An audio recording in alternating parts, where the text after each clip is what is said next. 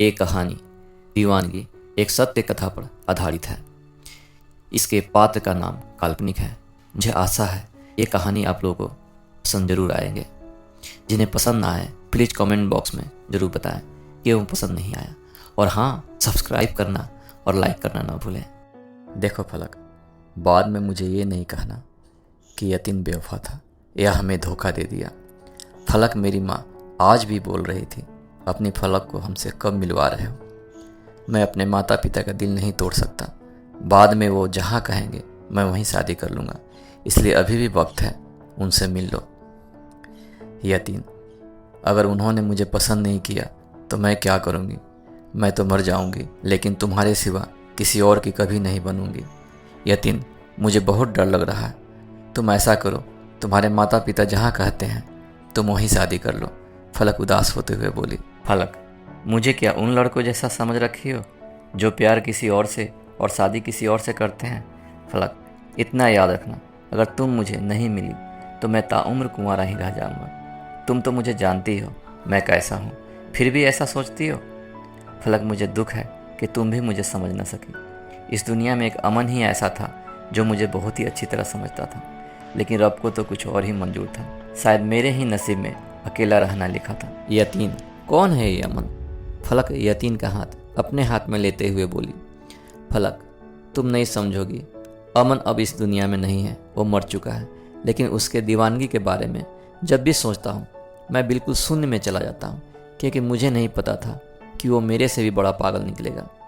किसी ने सच ही कहा है, तूफान चला जाता है, लहरें ठहर जाती हैं, ये जहाँ से इंसान भी चले जाते हैं, बस केवल रह जाती है तो उनकी यादें। अमन मेरे ही ऑफिस में काम करता था। वो एक हंसमुख लड़का था। मैं जब भी उसे प्यार मोहब्बत की बातें करता वो मजाक में उड़ा देता। लड़कियां उसके पीछे भागती, लेकिन वो किसी को घास नहीं डालता था। अमन हमेशा बोलता था मैं शादी कभी नहीं करूँगा, लेकिन ऊपर वाला भी अजीब खेल खेलता है। उसके आगे किसका बस चला है जो उसका चलता। एक दिन जब मैं ऑफिस पहुंचा तो देखा सबकी निगाहें वरिष्ठ अधिकारी के केबिन पर ही टिका था। जब मैं उन लोगों से पूछा तो पता चला इस बार हमारा वरिष्ठ अधिकारी एक महिला आई है जो बहुत ही यंग और खूबसूरत है। सब एक एक करके कोई न कोई बहाने उनसे मिल रहे थे। अमन भी उनसे मिलने गया। उसे क्या पता था जिससे वो मिलने जा रहा है वो एक दिन उसकी नींद और चैन सब छीन लेगी। अमन जब केबिन के अंदर गया उस वक्त मैम अकेली बैठी थी। मैम को देखकर अमन के दिल में गिटार सी बजने लगी। उनकी रेशमी जुल्फें उस वक्त उनकी गुलाबी गालों से खेल रही थी। उनकी गुलाबी होंठ सुबह के ओस की शबनम की तरह चमक रहे थे। उनकी झील सी आंखों में वो डूब जाना चाहता था और मन ही मन वो ये गाना बुदबुदाने लगा। जिनके सपने हमें रोज आते रहे, दिल लुभाते रहे, ये बता दो कहीं तुम वही तो नहीं, वही तो नहीं। हेलो, मैम ने उसे स्टैचू की तरह खड़े होकर एक टक देखते हुए उसे देखकर मुस्कुराते हुए बोली थी। अमन के कानों में उस वक्त ऐसा लगा जैसे किसी ने उसे कानों के पास बीना की तार छेड़ दिया हो। इतनी मधुर स्वर सुनकर वो मंत्रमुग्ध हो गया था। तभी मैम उसके पास आकर बोली, हेलो। अमन मैम को अपने पास खड़े देखकर हड़बड़ाते हुए बोला, good morning ma'am. Good morning, ma'am भी मुस्कुराते हुए बोली थी। अमन मैम से हाथ मिलाते हुए बोला, मैम मैं अमन सागर, इस कंपनी में सॉफ्टवेयर इंजीनियर हूँ। मैम उसके हाथों को दबाते हुए बोली, मैं ऋचा रत्नाकर, और हाँ, इस केबिन के अंदर तुम मुझे ऋचा बोल सकते हो। और हल्की सी मुस्कुरा दी।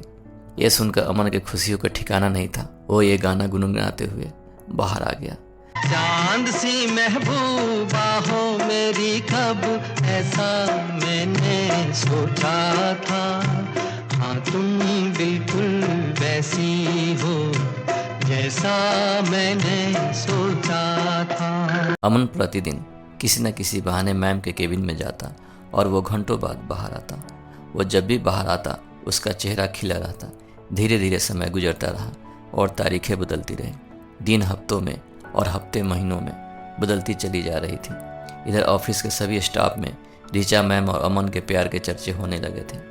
एक दिन मैं अमन के घर गया, जहाँ देखा वो लेटे लेटे रो रहा था।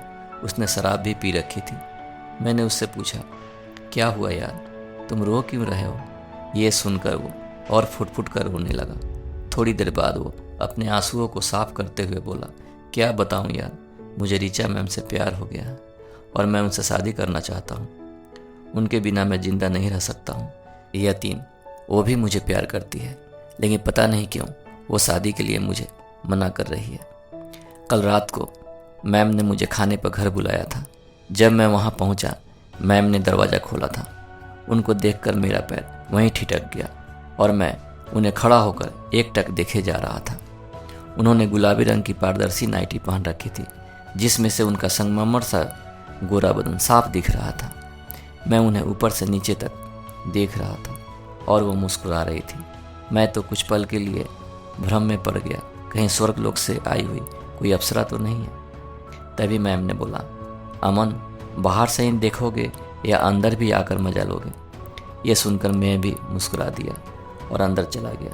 उस वक्त कमरे में हल्की हल्की सी रोशनी थी। पूरे घर में मदहोश करने वाली खुशबू फैल रही थी। उसी में एक रोमांटिक गाना धीमी स्वर में बज रही थी। उसी वक्त मैम ने 2 शराब के प्याले लेकर आई और एक मुझे देते हुए जाम से जाम टकराई और मुस्कुराकर चीयर्स बोली और एक ही घूंट में प्याला खाली कर दी। मैं उन्हें ही देख रहा था। उन्होंने इशारे में मुझे भी जाम खाली करने के लिए बोली। तब मैं भी एक ही घूंट में प्याला खाली कर दी। मैम मेरे और नज़दीक आई और मेरा एक हाथ अपने कमर पर रख ली और मेरा दूसरा हाथ अपने गर्दन पे। वो मेरे से और चिपक कर डांस करने के लिए इशारा की। उस वक्त उनके छूने से मेरे शरीर में एक हलचल सी मची थी। मैं खुद को रोक नहीं सका और उनके साथ डांस करने लगा। धीरे धीरे मुझे नशा चढ़ता जा रहा था। एक तो शराब की नशा अलग थी, ऊपर से ऋचा मैम की जवानी का नशा मेरे ऊपर बुरी तरह हावी हो चुकी थी। वो डांस करते हुए अपनी पारदर्शी नाइटी भी उतार दी और मुझे बेड पर हल्की सी धक्का देते हुए मेरे ऊपर खुद भी गिर गई और मुझे बेतहासा चूमने लगी और धीरे धीरे हम दोनों समुद्र के अथाह सागर में डूबते चले गए। कुछ देर बाद हम दोनों खाने के टेबल पर बैठकर खाना खा रहे थे, साथ में शराब भी पी रहे थे। ऋचा मैम अभी भी बिना कपड़ों के ही मेरे सामने बैठी थी। वो हल्की हल्की सी रोशनी में हुस्न की वो मुजस्मा लग रही थी, जिसके दीदार के लिए एक पल को रब भी तरस जाए।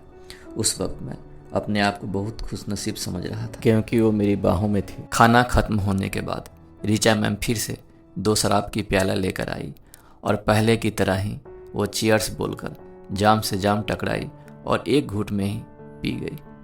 वो अभी भी बिना कपड़ों के ही थी। वो मेरे तरफ शरारती निगाहों से देखते हुए मेरे होठों पे वो अपना होठ रखती। मैं भी खुद को रोक नहीं पाया और एक बार फिर से हम दोनों समुद्र के अथाह सागर में डूबते चले गए। वो आंखें बंद कर बेड पर यूं ही लेटी रही और मैं उन्हें एकटक देखे जा रहा था। उस वक्त मुझे महसूस हो रहा था कि शराब के नशे से ज़्यादा उनकी नशा मेरे ऊपर हावी था। तभी मैम ने अपनी आंखें खोली और मुझे इस तरह उनको देखते हुए देखकर इशारा से पूछी, हाँ क्या इरादा है, क्या अभी मन नहीं भरा? मैं शर्माते हुए बोला, मैम आप चीज़ ही ऐसी है, आपको जितना देखता हूँ मेरी प्यास उतना ही बढ़ जाती है। वो मुस्कुराते हुए फिर से अपनी तरफ इशारा करते हुए बोली, और जाम पीनी है क्या? जैसा आप चाहें मैम, मैंने बोला और एक बार फिर से हम दोनों एक दूसरे की बाहों में थे। अमन क्या सोच रहे हो तुम? मैम ने मेरे होठों को चूमते हुए बोली।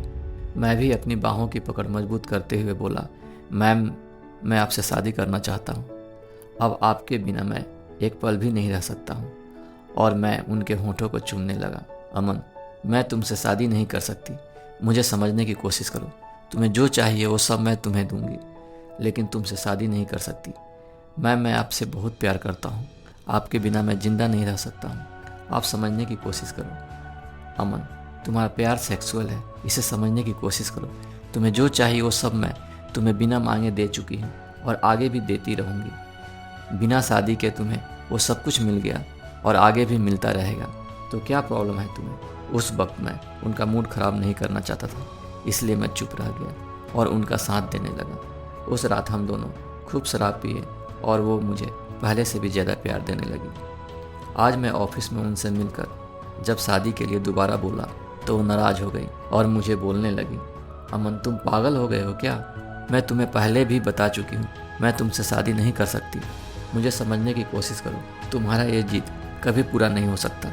फिर भी मैं उन्हें बहुत मनाने की कोशिश की, लेकिन वो नहीं मानी, तो मैं वहाँ से चला आया। मैं अमन को समझाते हुए बोला, देखो अमन, ऋचा मैम समाज के नज़र में गलत औरत है, लेकिन अभी भी वो अपनी जगह सही है और तुम गलत हो। वो तुमसे शादी नहीं कर सकती क्योंकि वो अपने पति और बेटी को छोड़कर तुमसे शादी कैसे कर सकती है? तुम ही जरा सोच कर देखो। यह दुनिया बहुत जालिम है यार, इसे समझने की कोशिश करो। यहाँ तुम्हें दिन के उजालों में सभी शरीफ नजर आएंगे। उन्हें अच्छे बुरे, जाति धर्म, गरीब अमीर, काली और गोरी सबका ज्ञान होता है, और रात के अंधेरे में सब कुछ उनके लिए एक हो जाता है। जहाँ जाति धर्म समाज गरीब और रिश्तेदार सब एक ही समान नजर आता है। इन लोगों के लिए रात के अंधेरों में सब कुछ जायज़ है, लेकिन दिन के उजालों में वही सब नाजायज लगता है।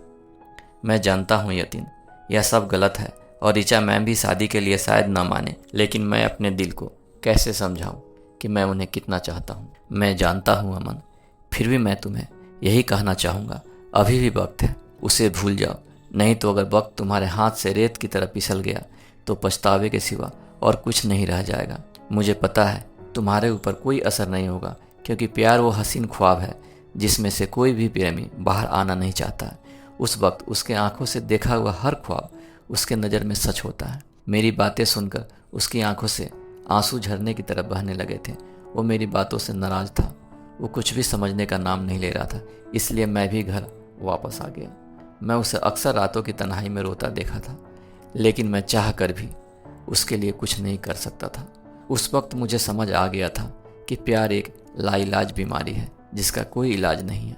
एक दिन शाम को पता चला अमन ने जहर खा लिया है। उसकी स्थिति बहुत ही नाजुक है और वो अभी आईसीयू में है। मैं उससे मिलने हॉस्पिटल गया। वो बेड पर लेटा हुआ था। मैंने उससे पूछा, अमन तुमने ये क्या कर लिया? मुझे तुमसे ये उम्मीद नहीं थी। जब तुम्हारे जैसा लड़का जो दूसरे को नसीहत दिया करता था वो आज इस जगह पे है जहाँ तुम्हारे चारों तरफ मौत की छाया मंडरा रही है। पता ना कब वो तुम्हें अपनी आगोश में ले ले। तुम्हें पता है ये सल्फास कितनी घातक जहर है? आखिर ऐसा क्यों किया तुमने? क्या हर समस्या का अंत मौत है? तुमने अपने घर वालों के बारे में एक बार भी नहीं सोचा कि तुम्हारे ना रहने पर तुम्हारे घर वालों को कौन देखेगा? एक बार अपने शरीर की तरफ देखा है? क्या हाल हो रखा है तुम्हारा? ये नाक में रॉयल ट्यूब, ये स्टोमक ट्यूब, ये स्टोमच पिन, ये ऑक्सीजन और ये दोनों हाथों में सलाइन। तुम्हें पता है जहर निकालने के बाद भी डॉक्टर का कहना है बहुत कम चांस है तुम्हारे बचने का। आखिर ये सब करने से तुम्हें क्या मिला? मैं उसे नाराज़गी से बोला था। अमन की आंखों से आंसू निकलकर उसके गालों को भिगो रहे थे। आखिर मैं क्या करता यतीन? किसके लिए मैं जिंदा रहता? जिसके लिए मैं जीना चाहता था, जिसके साथ मैं सारी ज़िंदगी बिताना चाहता था, जो मेरा प्यार है, मेरा धड़कन है, मेरा सब कुछ है, वही मेरा चेहरा देखना नहीं चाहती थी। तो मैं जिंदा रहकर क्या करता? वो बड़े ही मुश्किल से बोल पाया था। फिर वो आगे बोलना शुरू किया। आज मैं ऑफिस से ब्रेक होने के लगभग 10 मिनट पहले ऋचा मैम के केबिन में गया था और मैं उनसे बोला, मैम मात्र मुझे 10 मिनट दे दो, मुझे आपसे कुछ बात करनी है। तो जानते हो वो क्या बोली?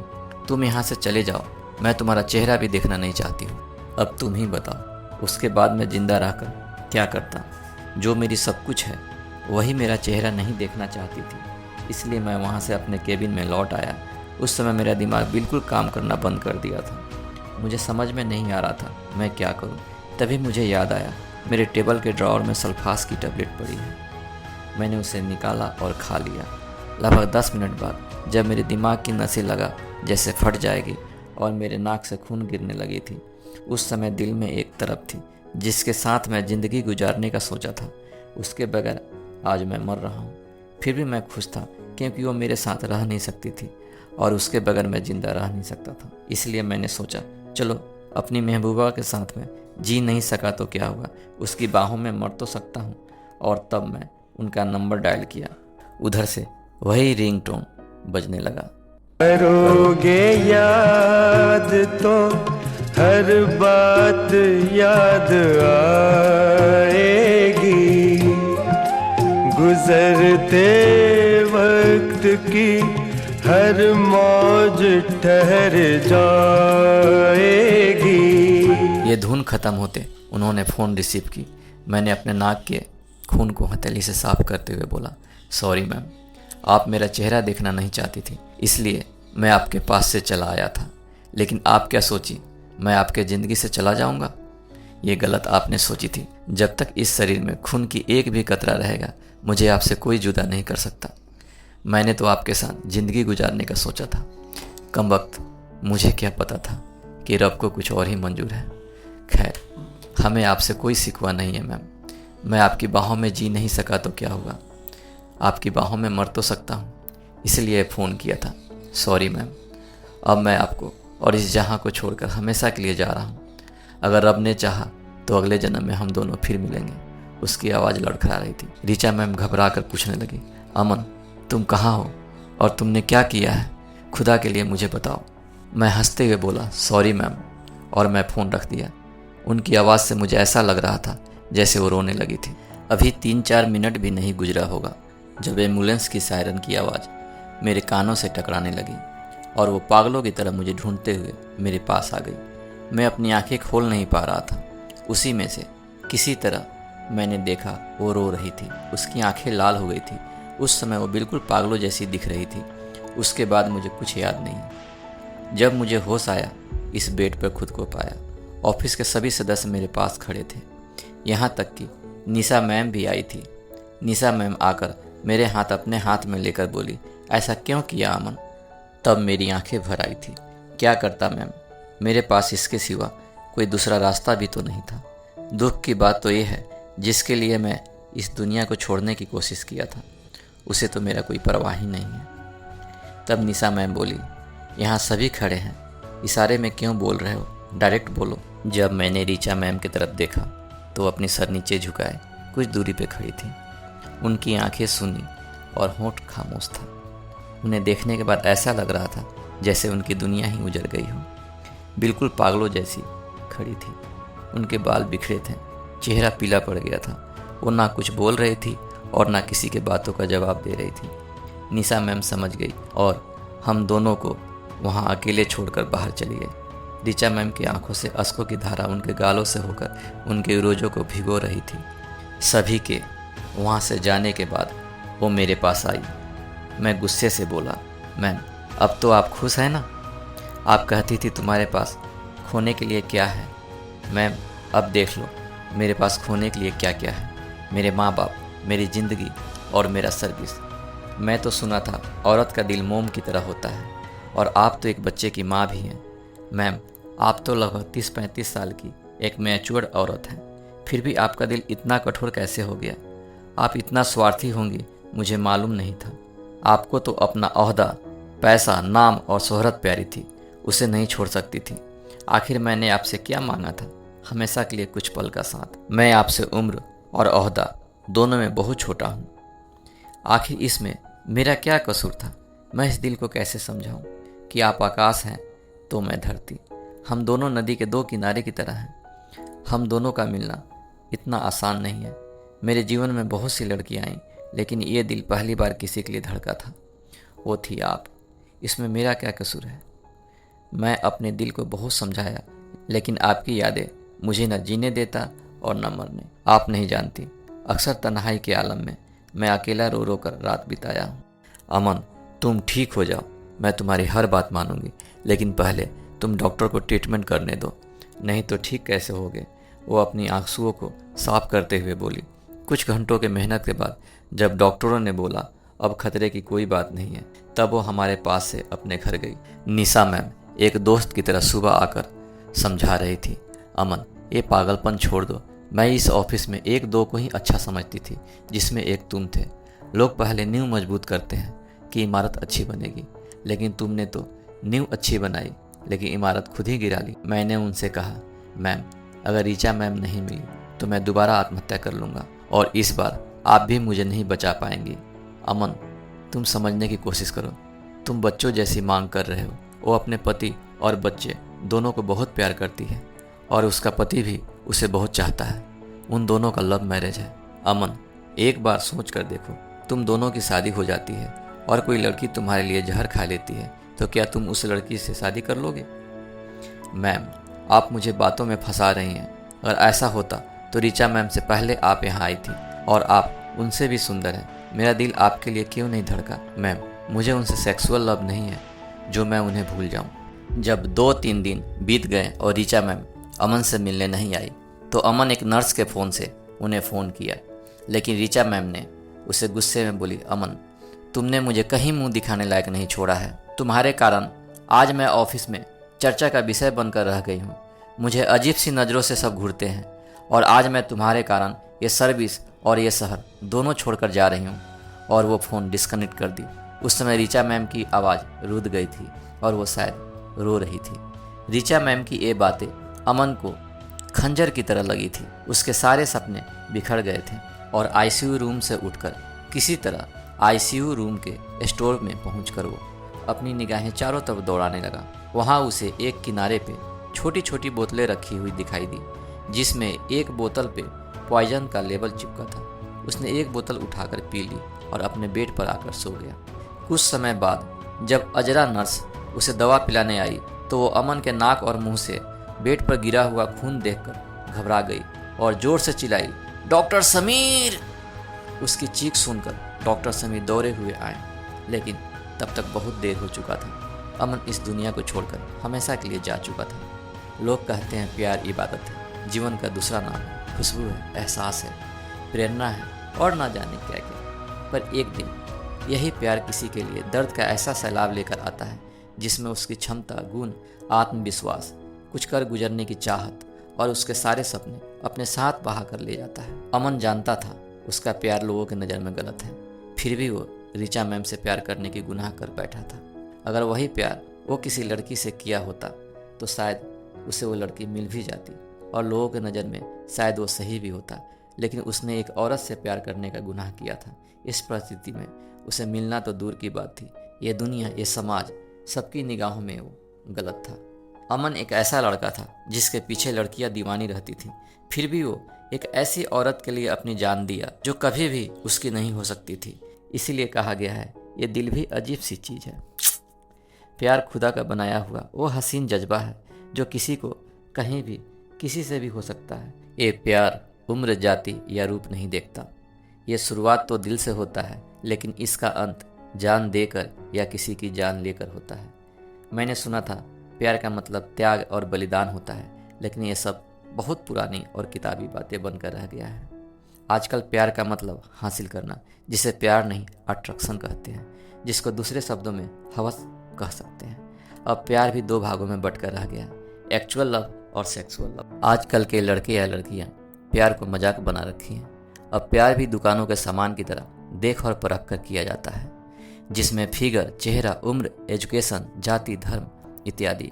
इसे एक्चुअल लव नहीं सेक्सुअल लव कहते हैं, जो आंखों से होकर दिल तक पहुंचाता है।